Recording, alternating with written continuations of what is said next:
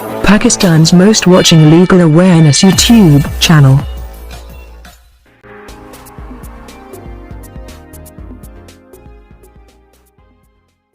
Hello friend and viewers, I hope all are fine. This is Mobushar Iqbal Chohan, advocate high court and legal lecturer. हमारा आज का topic बहुत ही ज़्यादा interesting है, informative है।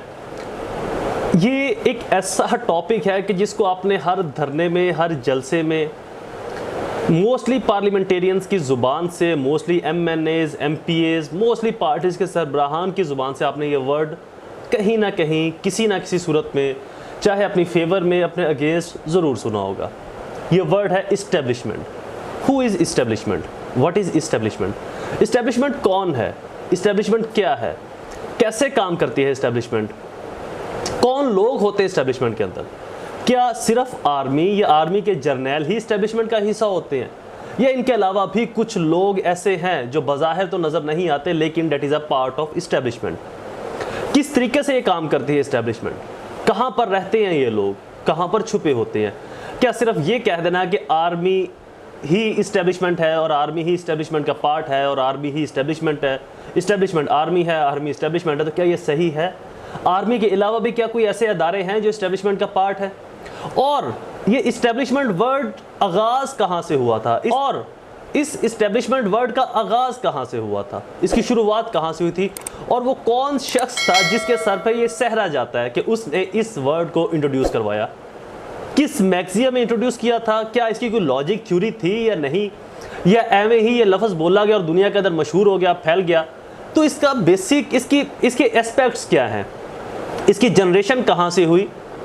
Origin इसका क्या है? इस वर्ड को इंट्रोड्यूस करवाने वाले शख्स का नाम क्या है? कब और किस तरह से उसने इंट्रोड्यूस करवाया था? इन तमाम चीज़ों को आज कंप्रीहेंसिवली डिस्कस करने जा रहे हैं हम। लेक्चर को अपने हल्का अहबाब में ज़रूर शेयर कीजिएगा ताकि ज़्यादा से ज़्यादा लोग इससे मुस्तफ़ीद हो सकें और इस बेसिक थ्योरी को, इस बेसिक प्रोपोजिशन को समझने में उनके लिए आसानी हो। मोस्टली लोग आर्मी को, फ़ौज के जर्नैलों को सिर्फ इस्टेब्लिशमेंट समझते हैं। वो कहते हैं ये सारी इस्टेब्लिशमेंट यही है, आर्मी है और बस इसके जर्नैल है। हालांकि ऐसा नहीं। फर्स्ट ऑफ ऑल, तो इस्टेब्लिशमेंट कुछ थ्योरी है ही नहीं, ये एक वर्ड है। इस्टेब्लिशमेंट विकीपीडिया के अकॉर्डिंगली, तो सबसे पहले इस्टेब्लिशमेंट इंग्लैंड के अंदर, लंदन के अंदर ये वर्ड बोला गया था। इस वर्ड को बोलने वाले शख्स का नाम था, firstly the word use establishment, British journalist Henry Fairlie ने पहली बार ये वर्ड इंट्रोड्यूस करवाया था इस्टेब्लिशमेंट का। उसने लंदन के एक रिसाले में, एक मैगज़ीन में जिसका नाम था द स्पेक्टेटर, उस स्पेक्टेटर के अंदर अपने कॉलम के अंदर वर्ड इस्टेब्लिशमेंट को डिफाइन किया था। इस्टेब्लिशमेंट से मुराद, establishment mean dominant of group और elite person who are control the politics और organisations in the state, in the country.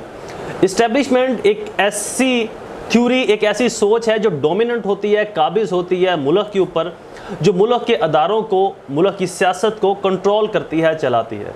अब इस्टेब्लिशमेंट के अंदर सिर्फ आर्मी नहीं आती। अगर आप इस्टेब्लिशमेंट की डेफिनेशन को देखें कि इस्टेब्लिशमेंट मीन टू से, ये इस्टेब्लिशमेंट की गूगल की डेफिनेशन है, विकीपीडिया की डेफिनेशन है। इस्टेब्लिशमेंट मीन टू से अ persons, group of persons who are dominant group or elite group that control politics and other organizations। ऐसा ग्रुप जो सियासत को और दूसरे अदारों को कंट्रोल करता है। अब सिर्फ इस्टेब्लिशमेंट को आर्मी को कह देना या आर्मी को इस्टेब्लिशमेंट का नाम दे देना, ये आर्मी के साथ ज्यादती है, क्योंकि आर्मी तमाम मुल्क के अदारों को कंट्रोल नहीं करती। हर मुल्क के अदारे का अपना एक हेड है, अपना एक सरबराह है। जैसे कि पुलिस के अंदर जो ब्यूरोक्रेसी है, जो 17वें स्केल से ऊपर के ऑफिसरान हैं, जो उसके ऊपर के ऑफिसर्स हैं, DIGs, RPOs, DPOs, IG, that is a establishment of police. ये पुलिस के किसी भी प्रोविंस को हेड करते हैं, उसको कंट्रोल करते हैं, तो that is also called establishment. Same ऐसे ही इलेक्शन कमीशन के जो चोटी के ओहदे हैं, वो इलेक्शन को कंट्रोल करते हैं। मीन टू से, in not in negative sense, in a positive sense कि इलेक्शन को प्रोसीड करवाने में वो अपना एक पॉजिटिव रोल प्ले करते हैं, तो डेट इज एस्टेब्लिशमेंट। आर्मी अपने इंटेलिजेंस अदारों को, मिलिट्री इंटेलिजेंस या ISI को कंट्रोल करती है, इंटेलिजेंस एक्टिविटीज को कंट्रोल करती है, इंटरनल और एक्सटर्नल सिक्योरिटीज को कंट्रोल करती है, तो that is also called a specific establishment.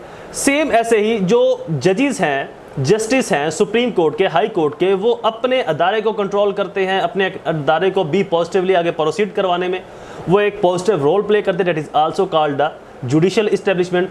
Same ऐसे ही सिविल क्रेसी के अंदर, सेम ऐसे ही पॉलिटिक्स के अंदर जो सियासी हल्के के अंदर कुछ लोग ऐसे हैं जो सियासत को कंट्रोल करते हैं, यानी कि ऐसे बड़े धड़े हैं जिनके पास 10-10, 20-20, 30-30 MNAs की सीट है, या उनकी ऐसी ग्रिप है इलाकों के ऊपर या पॉलिटिक्स के ऊपर जहां से वो पॉलिटिक्स को किसी हद तक कंट्रोल करते हैं। That is also called a political establishment.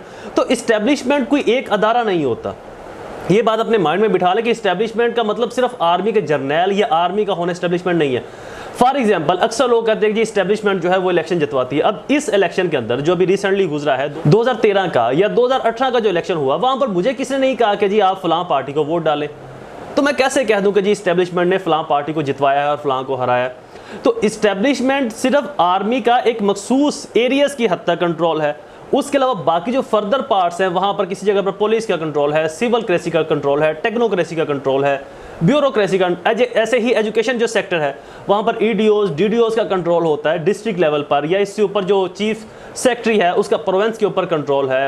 Other than जो बाकी हेल्थ के वजीर हैं, तालीम के वजीर हैं, सेहत के व्हाट्सएवर।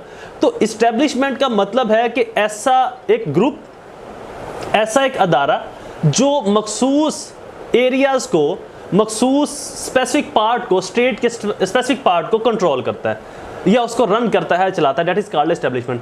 अब इस्टेब्लिशमेंट को सिर्फ आर्मी का नाम दे देना ये आर्मी के साथ ज्यादती है, क्योंकि आर्मी पूरे मुल्क को कंट्रोल नहीं करती। आर्मी अपनी इंटरनल सिक्योरिटी किसी हद तक, एक्सटर्नल सिक्योरिटी और अपने दिफा की हद तक मामला को कंट्रोल करती है।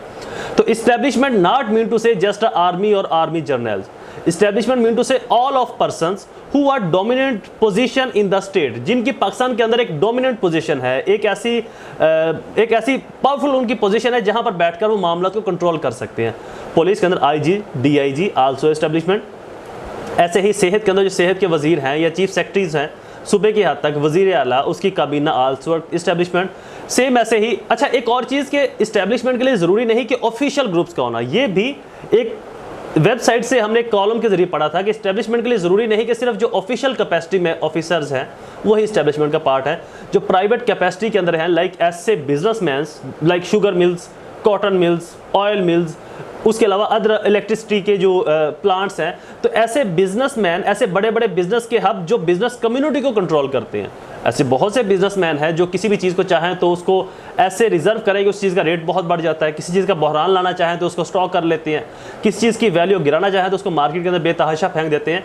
तो establishment mean to say not a official capacity, establishment is also that a private person जो प्राइवेट कैपेसिटी के अंदर काम कर रहे हैं, that is also called establishment. तो इस्टेब्लिशमेंट के लिए ज़रूरी नहीं कि सिर्फ आर्मी को ही इस्टेब्लिशमेंट के साथ जोड़ दिया जाए कि जी establishment mean to say army, army mean to say establishment. No, establishment mean to say हर वो अदारा, हर वो ग्रुप जो डोमिनेंट पोजीशन में है, जो अवाम को, जो हुकूमत को, जो अदारों को प्रोसीड करवा रहा है, रन करवा रहा है, डायरेक्शन देकर, ऑर्डर्स देकर, that is called the establishment. अब अगर हम इस्टेब्लिशमेंट की लिटरल मीनिंग के ऊपर जाएं तो इसकी जो डिक्शनरी मीनिंग है वो इस्टेब्लिशमेंट के कुछ यूं बनते हैं कि इस्टेब्लिशमेंट का मतलब है कि किसी चीज़ को कायम करना, किसी चीज़ को एक डायरेक्शन में लेकर जाना, किसी चीज़ को रवां दवां रखना।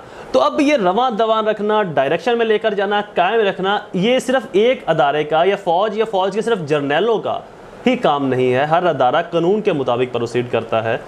हर अदारे के अंदर बाकायदा प्रॉपर ड्यूली लॉज मौजूद हैं जो हस्बे ज़ाब्ता, जो अकॉर्डिंग लॉ अपने काम को प्रोसीड करते हैं। तो सिर्फ एक अदारे के ऊपर ये तमाम रिस्पॉन्सिबिलिटी डाल देना कि जी आर्मी ही इस तमाम इस्टेब्लिशमेंट का पार्ट है और इस्टेब्लिशमेंट आर्मी है, तो ये आर्मी के साथ जाती है। बल्कि मैं तो ये कहूँगा कि ये वर्ड इस्टेब्लिशमेंट के साथ जाती है।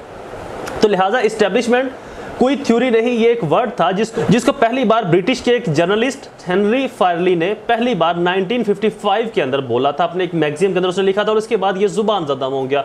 और सिर्फ पाकिस्तान ही नहीं, इंडिया और बहुत सी और ममालिक के अंदर भी ये वर्ड अब बोला जाता है, समझा जाता है। और वहाँ पर भी अवेयरनेस की कमी की वजह से लोग यही समझते हैं कि इस्टेब्लिशमेंट का मतलब है सिर्फ आर्मी और आर्मी के मखसूस जर्नैल। हालांकि जब हेनरी फायरलैंड ने ये वर्ड लिखा था उस वक्त उसने अपनी जो क्लैरिफिकेशन दी वो भी ये दी कि हेनरी, उसने ये वर्ड एक चर्च से लिया था। चर्च इस्टेब्लिशमेंट के नाम से एक चर्च बना जहां से उस शख्स ने इस वर्ड को कॉपी करके आगे फर्दर प्रोसीड किया।